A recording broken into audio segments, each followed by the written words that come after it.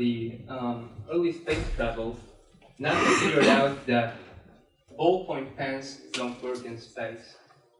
So they spent over $1 million on trying to invent something that would work in zero gravity conditions. And finally, they came up with a pen that could work in space. And on the other hand, Russians used pencils. And that's a myth, that's an urban legend, by the way. But it pretty accurately reflects our desire to keep things simple and to avoid the excessive complexity. My name is Grzesiek Gałęzowski, and I'm not a pen maker. I am a software developer, just like you. And still, I think our profession has the same strive for simplicity. And our domain is that of object-oriented design. So this is what I would like to tell you about today. And I think we have some issues with simplicity because quite recently I was sitting near my desk writing code. This is me, by the way. And my colleague went along and he said, well, I reviewed your code and it looks like it works. However, I see all of these classes, all of these methods. There are some interfaces, and I don't understand why you put all of this stuff in. I think it should all be simple. And then we started discussing the issue, and our colleagues joined the discussion, and it appeared that we have no single definition of simplicity as it comes to object-oriented design. So then I thought, well, if we have different definitions of what simple design is, how can we ever achieve simple design? And that was a bit of a problem to me. So I started digging the issue, and I came across an article by Brad Appleton called Simple is Not Easy, where he dealt with numerous misconceptions about simplicity. For example, he said that often when we say it should be simple, we really mean it should be familiar. So for example, here we have a complex text which I don't want you to read. I just want you to acknowledge that it has 3 paragraphs, a lot of words, a lot of spaces, some punctuation, so it is a little bit complex. And still, if I read it long enough, I can understand it. On the other hand, this is much simpler, and yet I don't understand it at all. So, simple is hardly familiar. It's not always the same as familiar. Taking it to the software development land, again, I don't want you to read it. This is a quicksort algorithm written in C# language. So it has some state assignment, it has some generics, which is an advanced feature, and it has a lot of code in it, so it's pretty complex. On the other hand, the same thing written in a language called F# looks like it's simpler, it has less state assignments, more of a declarative structure, and yet I don't understand most of it because I don't know F# too well. Still, I would argue that this is simpler. Sometimes when we say it should be simple, we want to say it should match my mental model. So we have these little metaphors in our heads that guide how we interpret things. So let's take a notion of an interface in a programming language. This is a C# version, and this is Java version, by the way. So it is an interface a complexity adder or not? It depends on our mental model, because if our view of an object-oriented system is that of an object being a box that holds other objects being boxes that hold other boxes, then a notion of interface doesn't fit this picture, right? It's counterintuitive. On the other hand, if we view object-oriented systems as a web of communicating nodes sending messages to each other, then using an interface is a pretty natural thing. Because when you have a network, when you send messages, it's only natural to send a message through an interface. Sometimes we say, I use the simplest design, when we really mean I use the easiest design. And there is a pretty big difference between these words. Easy means a minimum amount of effort to produce a result. On the other hand, simple is the removal of everything except what matters. And doing this is hardly easy. For example, if we have two, let's say, classes, and we have a feature in one of them that the other class would need as well, we can do the easy thing by just copying and pasting the code, right? And it usually is the easiest thing that we can do. However, over the long term, the cost of maintenance is bigger because it gets more complex. Every time we need to make a change here, we have to remember that it has an evil twin. So this is not simple. It might be simpler to extract this code as, for example, a common class and use it from both of these classes. However, achieving this might be very difficult. So simple is not necessarily the same as easy to do.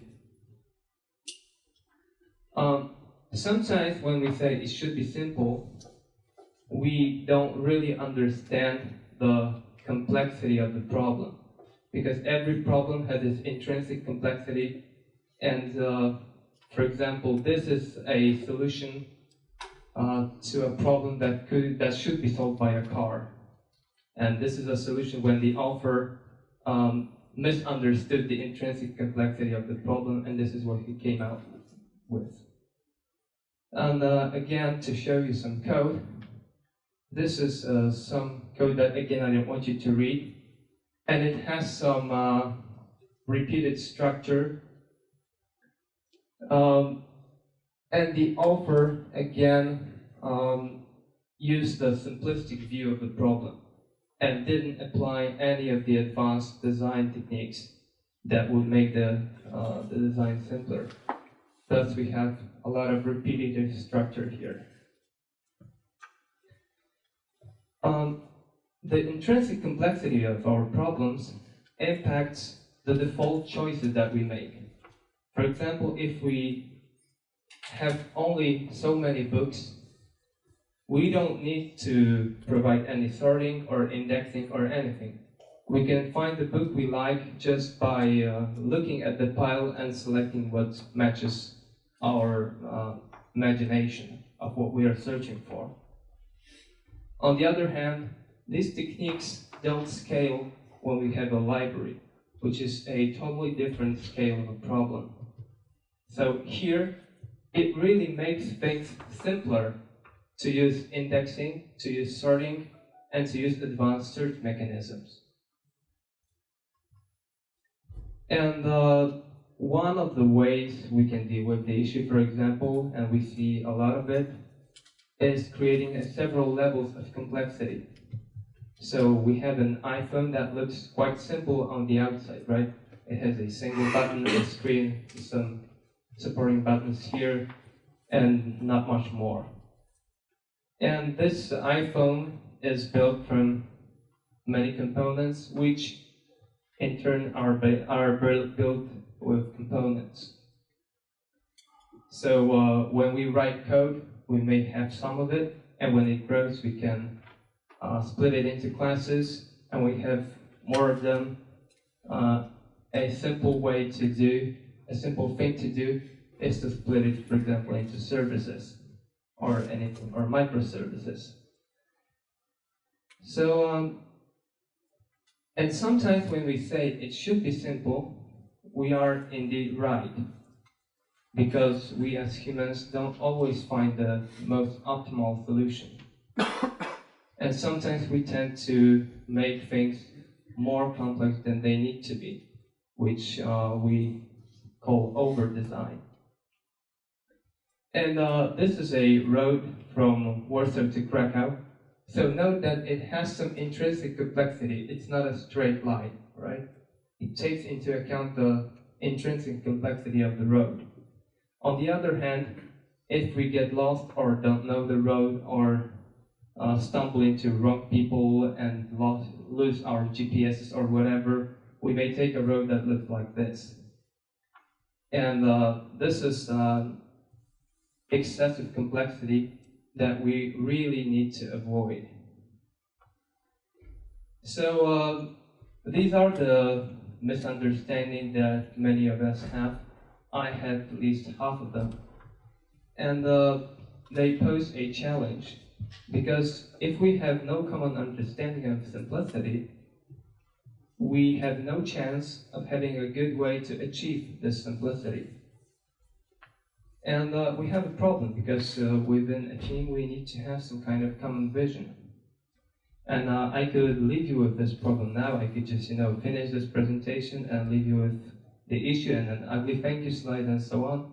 But I don't really want to. I want to give you a kind of solution that you could really use straight after you leave this room. And I believe this solution to be the 4 rules of simple design coined by Kent Beck of extreme programming fame.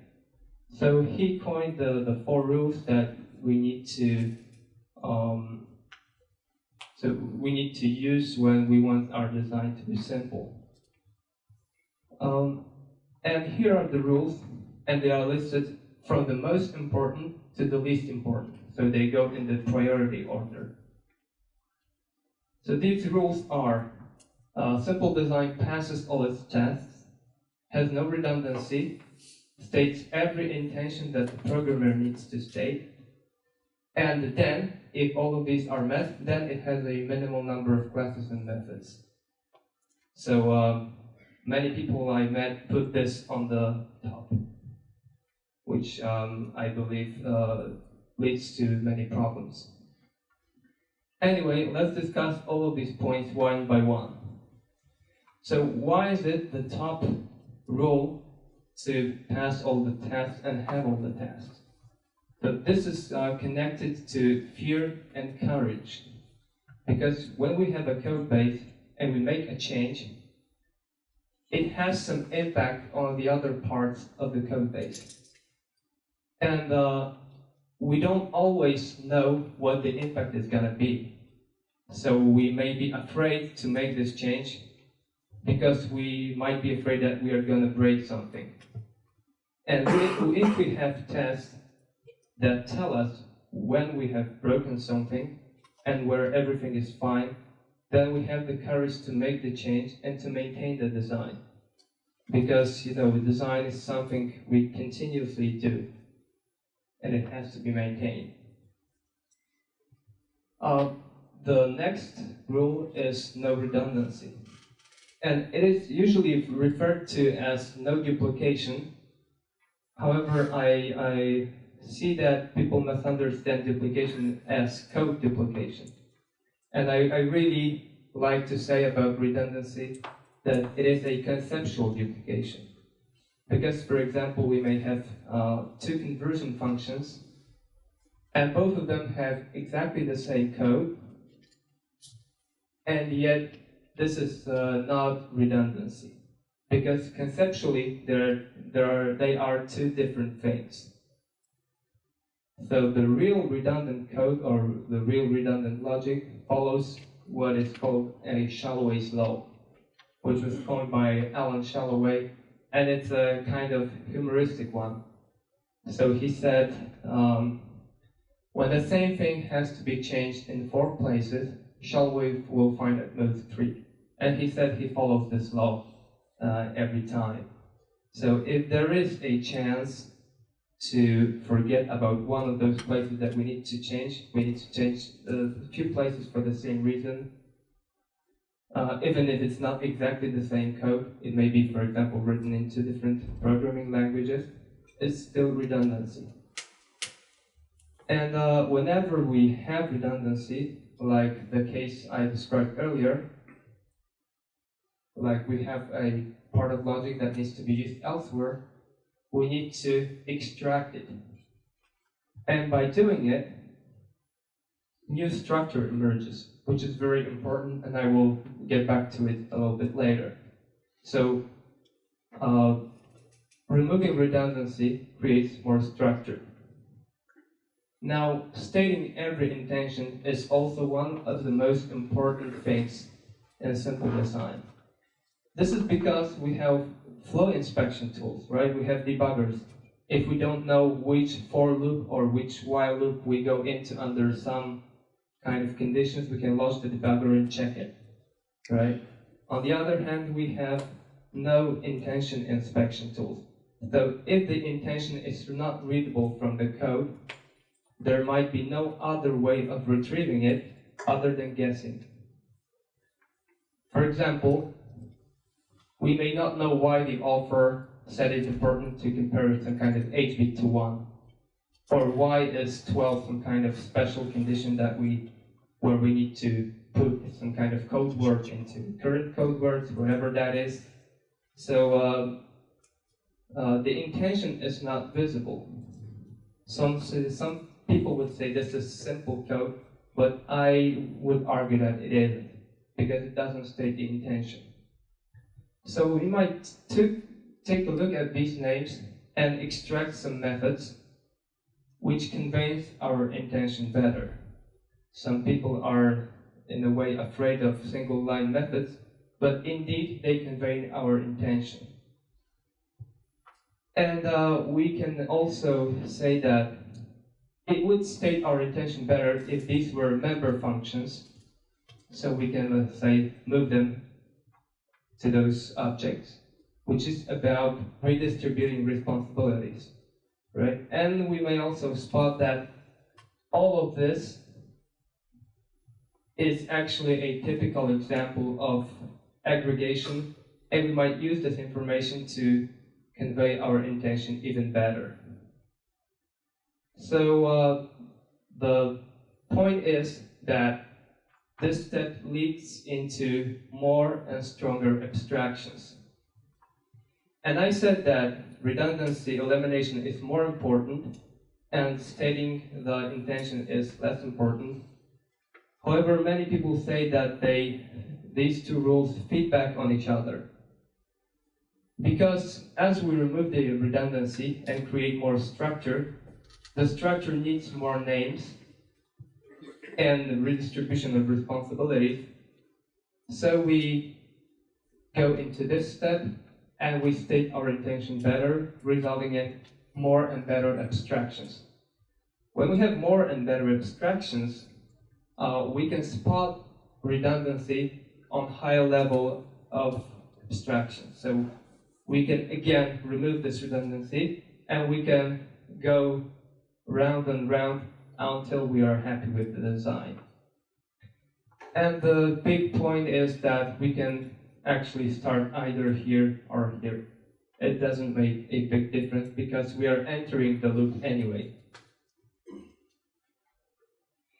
And at last, having a minimal number of classes and methods, which makes sense only after all of these steps are met. So for example, we may have two classes like debug log and error log that use exactly the same state, the same set of values, and so on and so on. And we might just combine them into one with several methods. And then our design is simpler because we have one class less.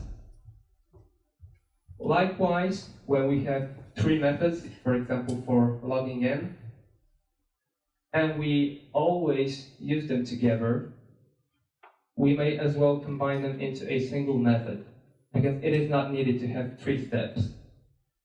And again, this design is simpler because we have two methods less. So these are the 4 rules of simple design, and there is a variation on them by Alan Shalloway. Because he took these 4 rules and he replaced the last 2 steps. So he changed stating every intention and minimal number of classes and methods to maximizing cohesion and minimizing coupling. And let's quickly go through these steps.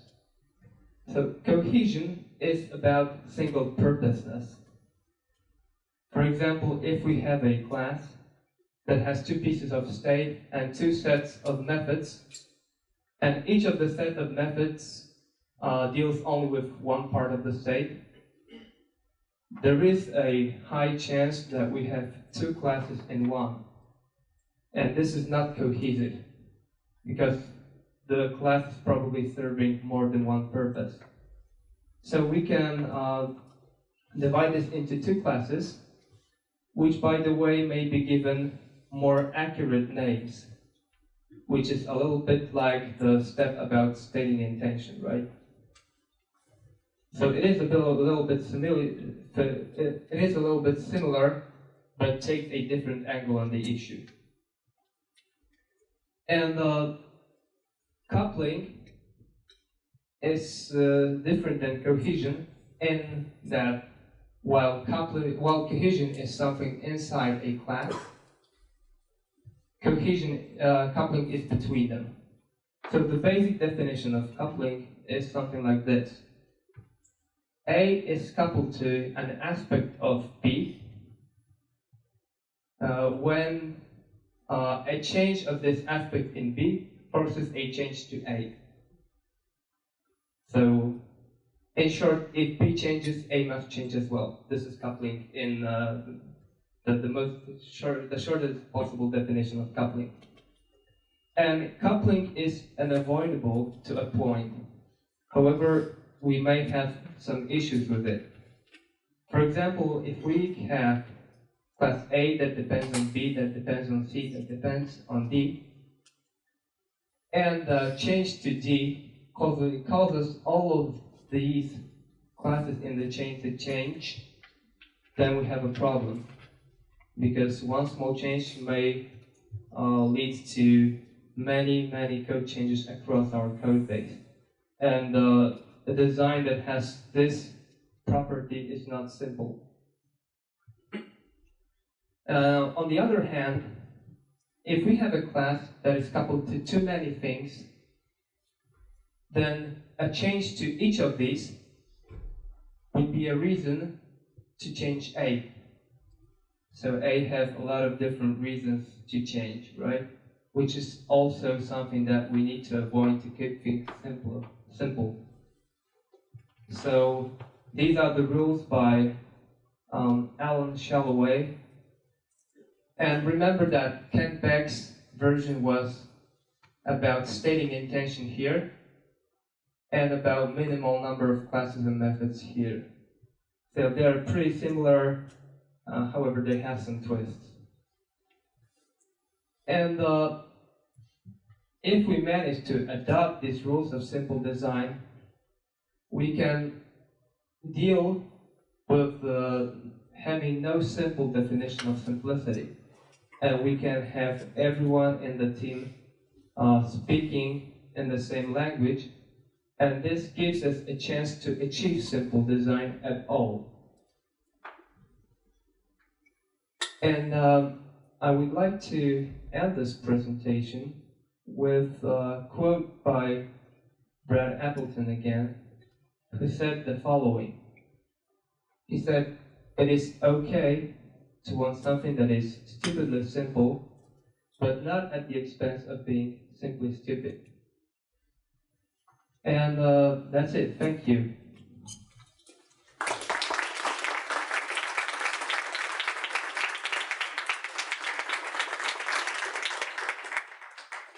Now we have some time left, so I might take a few questions. And if someone asks a question, the three first people that ask questions will be given some rewards, so it's worth it. Is it true? Am I allowed to handle 3 rewards? I think so. Okay. Yes. Okay, so we use simpler language features for the sake of simplicity within the team. My colleague, he doesn't know some programming language so well, he might not know some features, okay? So maybe I should use some simple features to make our cooperation simpler. What do you think about this? So, and some of these slides I removed from the presentation to make it simpler. I had a point where I said that simplicity is also in the eye of the beholder. So, like in writing, code has some kind of target audience. So it makes sense to make some compromise.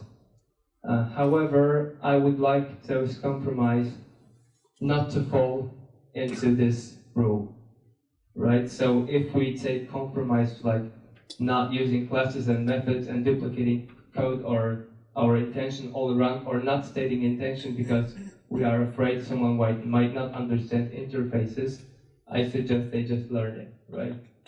However, I see some room for compromises, and I would really need to ask whether all of these rewards are for me to handle, and there's no one here. Well, we'll deal with this later. Anyway, other questions? Yes? What do you think about mixing programming language? Because, for example, a .NET platform allows you to use a few languages and solve a complicated problem in a specific language where you can do it very easily. For example, you show a combination of C# and F#. Mm-hmm. So I think it might make things more simple. And we are using different languages, for example, in web development, right? We have HTML, we have CSS, we have JavaScript, and nobody argues, right, that we should use one language for all of them because they are so tuned to a single purpose, right? To a specific purpose. So it's really, our problem whether we are able to deal with the issue or not. I think we should be learning more programming languages, and it would allow us to make things simpler, like with CSS, right? Imagine you would need to do styling in JavaScript. Yes, but I have asked about more business logic than presentation. Yeah, so it really depends what is the difference between one part of the business logic and the other. And again, I would like to refer to this rule because you would always need to consider whether it really, the difference is really that important that you need another programming language. And sometimes you may need it. I heard of many polyglot systems where the programmers stated that using many languages made things simpler. However, I argue that there need to be so many differences between the programming languages that it will really make a difference, right? In my mind, it should not be like, here you have mutable state and here you have immutable state, therefore everyone should learn that language, right? That's not a compromise I would be willing to make. However, if the difference was so big that as between, let's say, HTML and CSS, I would be strongly for it. So again, you would need to really do this for the sake of simplification, right? Can I ask a stupid question? Every question is okay. Okay. So we now have a glimpse about what does simple mean. I would like to ask you, what does simply stupid mean? So for me, simply stupid, and it's a point I didn't make explicit, and this is my personal opinion. Simply stupid is, for example, messing a lot with the order of the rules. So as I said, let me just get back to the 4 rules by Kent Beck.